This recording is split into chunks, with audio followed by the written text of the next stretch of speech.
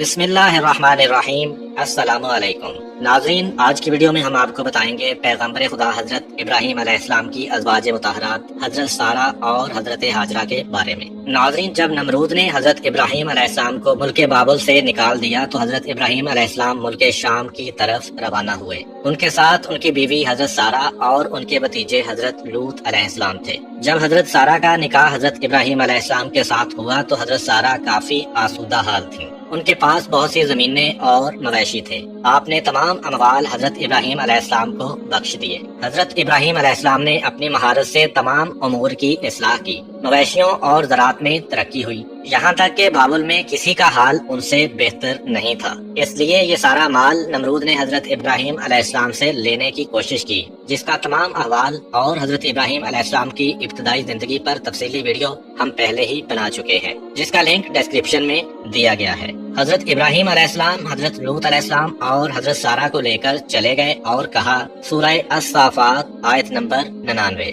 میں اپنے پروردگار کی طرف یعنی بیت المقدس جا رہا ہوں، وہ عنقریب میری راہبری کرے گا۔ حضرت ابراہیم علیہ السلام ایک غیور انسان تھے، اس لیے انہوں نے اس سفر میں اپنی بیوی حضرت سارہ کو ایک صندوق میں بند کر دیا تاکہ وہ غیر مردوں کی نظروں سے محفوظ رہیں۔ لیکن راستے میں قبطیوں کے ملک یعنی مصر میں پہنچے، جس پر ایک عرب بادشاہ حکومت کرتا تھا۔ اس ملک کی سرحد پر ایک سپاہی نے حضرت ابراہیم علیہ السلام کو اپنے مال کا محصول ادا کرنے کے لیے روک لیا۔ وہ آپ کے سامان کی جانچ پڑتال کرتے کرتے اس صندوق کے پاس آیا اور بولا، یہ صندوق کھول کر دکھائیں۔ حضرت ابراہیم علیہ السلام نے کہا، فرض کرو کہ یہ صندوق سونے یا چاندی سے بھرا ہوا ہے، اب اس کے لیے جو کچھ تم چاہتے ہو میں وہ تمہیں دے دیتا ہوں، لیکن تم اس کو مت کھولو۔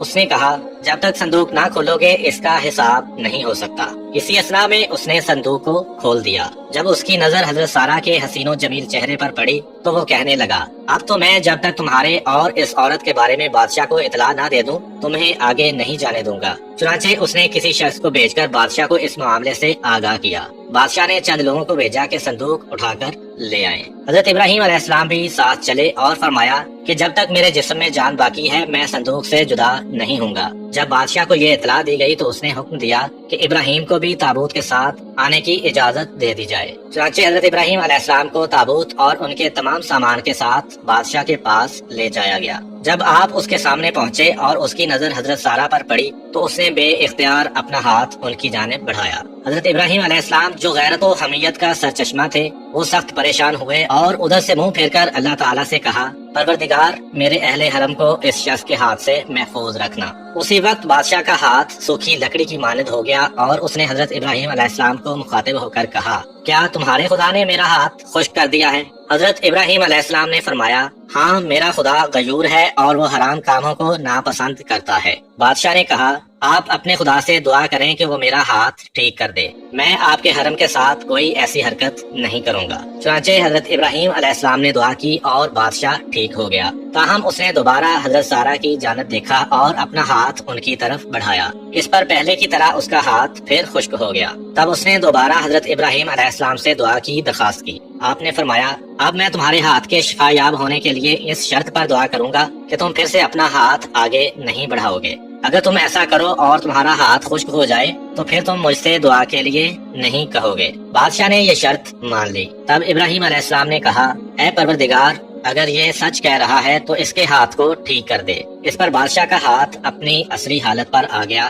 اور اس کے دل میں حضرت ابراہیم علیہ السلام کا رعب بیٹھ گیا اور اس نے حضرت ابراہیم علیہ السلام کی بڑی تعظیم و تکریم کی اور کہا کہ تم بے خوف رہو، تمہاری حرمت یا تمہارے اموال سے اب میں باز رہوں گا، جس جگہ چاہو جاؤ، لیکن تم سے میری ایک حاجت ہے۔ ابراہیم علیہ السلام نے پوچھا، وہ کون سی حاجت ہے؟ بادشاہ نے کہا کہ میں اپنی بیٹی کو بطور کنیز حضرت سارہ کو دینا چاہتا ہوں۔ آپ علیہ السلام نے منظور فرمایا۔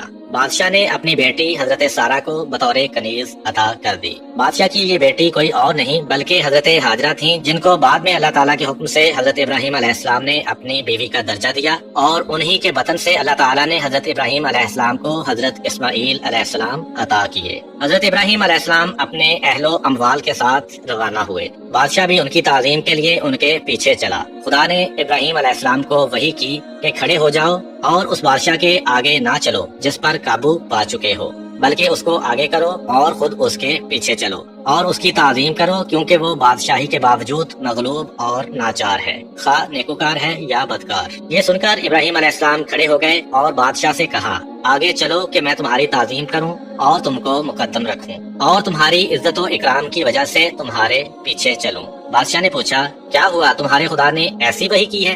ابراہیم علیہ السلام نے کہا، ہاں۔ اس نے کہا، میں گواہی دیتا ہوں کہ تمہارا خدا صاحب جلال، بردبار اور کریم ہے، تم نے اپنے دین کی طرف مجھے راغب کر لیا ہے۔ پھر بادشاہ نے حضرت ابراہیم علیہ السلام کو رخصت کیا اور وہ روانہ ہو گئے۔ اس ملک سے نکل کر حضرت ابراہیم علیہ السلام ملک شام پہنچ کر ایسی جگہ ٹھہرے جو فلسطین اور شام سے آنے جانے والوں کا راستہ تھا۔ اس راستے پر اللہ کے ان نیک بندوں نے رہنا سہنا شروع کر دیا۔